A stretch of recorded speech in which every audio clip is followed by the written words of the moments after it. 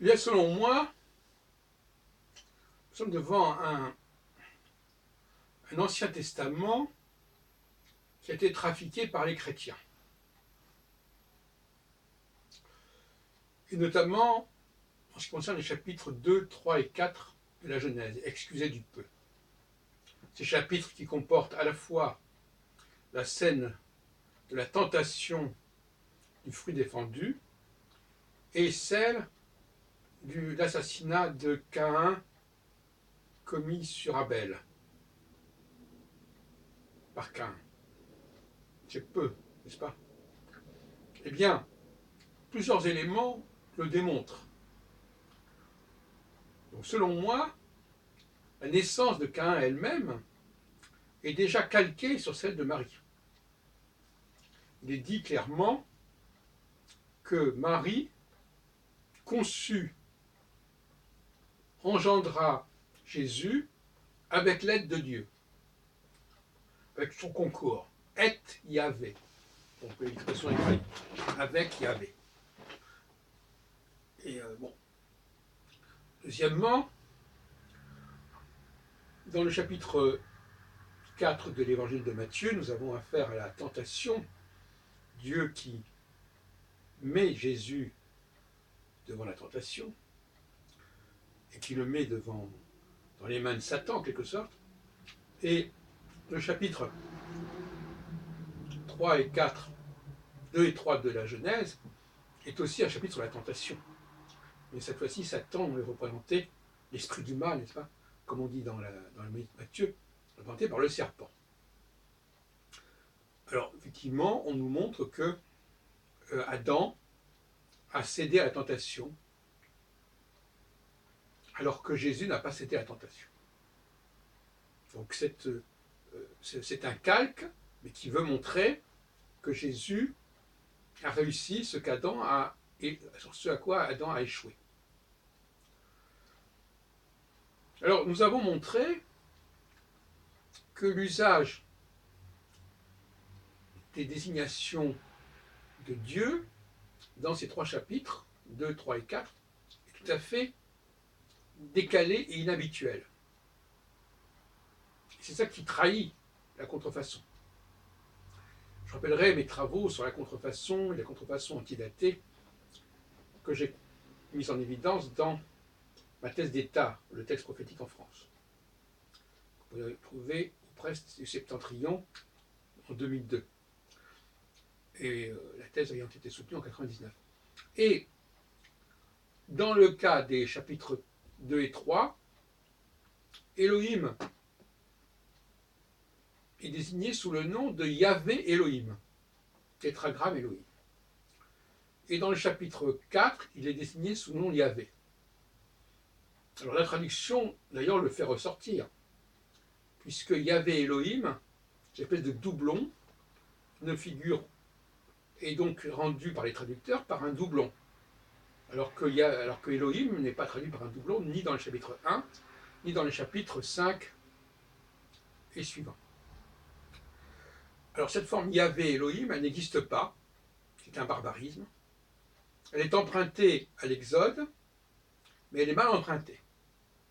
Dans l'Exode, il n'est jamais question de Yahvé Elohim, mais Yahvé Elohecha ou Elohenu. C'est-à-dire Yahvé, ton Dieu, notre Dieu. C'est-à-dire que ce n'est pas Elohim en général qui est là, c'est un certain Dieu qui s'appelle Yahvé, qu'on peut considérer d'ailleurs comme le Fils de Dieu. Et donc la forme Yahvé Elohim n'existe pas. Elle est rendue dans la Bible, dans les traductions comme celle de Rabbina, par l'Éternel Dieu, ou d'autres traductions tout aussi tarabiscotées. Et quand, alors ça c'est valable pour les chapitres 2 et 3.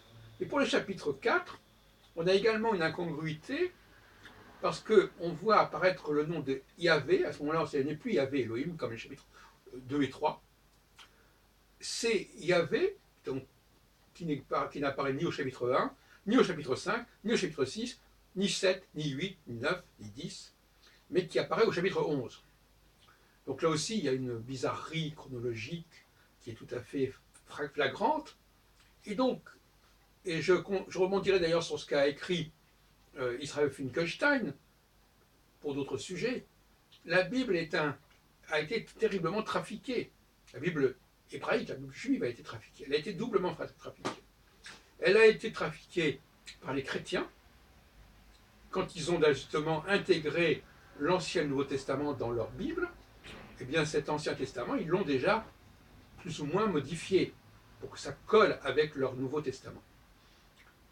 Et par ailleurs, comme Wittgenstein a montré, ce qu'on appelle l'Ancien Testament est un mélange de deux discours, celui du royaume de Juda et celui du royaume d'Israël. Et c'est pour cela que les Hébreux sont désignés dans l'Exode comme étant les Bnei Israël, les filles d'Israël. Alors là aussi, on se pose des questions. Ce nom d'Israël, d'où sort-il? On le voit apparaître à 2 reprises dans le chapitre où Jacob se bat avec l'ange. Et puis on le retrouve au 49e ou 50e chapitre et dernier de la Genèse. Mais c'est déjà plutôt, comment dirais-je, une anticipation, une transition vers le début de l'Exode. Je rappellerai d'ailleurs que, semble-t-il, la division en différents livres n'existait pas à l'origine. Donc on passait sans problème de la fin de la Genèse au début de l'Exode. C'est une division un peu artificielle, et d'ailleurs on la retrouve dans la Septante. Et les noms Exode, Genèse sont des mots qui viennent de la Septante, et pas de la Bible hébraïque. Donc là on s'interroge, est-ce que ce nom d'Israël a été effectivement donné à Jacob et que cela a permis de créer par la suite ce qu'on appelle le royaume de Juda et d'Israël, puisque c'est sous ce nom apparemment royaume uni de Juda et d'Israël que c'est sur ce royaume qu'auraient régné David et Salomon. Et c'est parce qu'il avait déjà cette dualité royaume de Juda et d'Israël que par la suite ça a donné naissance à 2 royaumes, le royaume d'Israël, le royaume de Juda. Le royaume d'Israël au nord, le royaume de Juda au sud. Je reste un petit peu perplexe à ce sujet. Moi je pense que dans certains cas, les rédacteurs pro-Israël et anti-Juda ont trafiqué également le texte. Et d'ailleurs, on trouve des choses assez étonnantes, comme par exemple le rêve de Joseph qui dit que ses frères vont s'incliner devant lui. Et dans la bénédiction de Jacob, il est dit que Juda verra ses frères s'incliner et se prosterner devant lui. Donc Jacob étant... Alors, rappelons que Juda est le fils de Léa et que Joseph est le fils de Rachel. Il y a aussi une rivalité entre les 2 mères. Bon, tout cela, je ne vais pas aller plus loin, tout cela pour montrer que nous avons probablement 2 influences qui viennent modifier et qui viennent en tout cas peser sur le texte de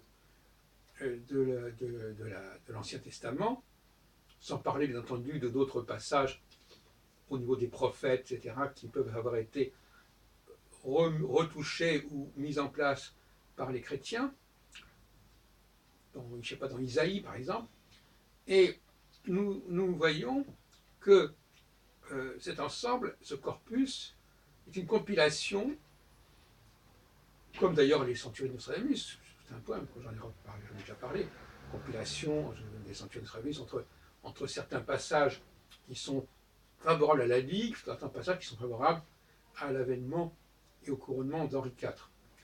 Mais revenons à notre affaire, bien que j'aime bien cette comparaison entre l'histoire des Hébreux et l'histoire de France, mais nous avons des interférences entre les intérêts des ressortissants d'Israël qui ont fui lors de la conquête assyrienne vers le royaume de Juda et qui ont probablement constitué une partie importante de la population immigrée du royaume de Juda, et qui auraient donc imposé, selon Finkelstein, plus ou moins leur littérature.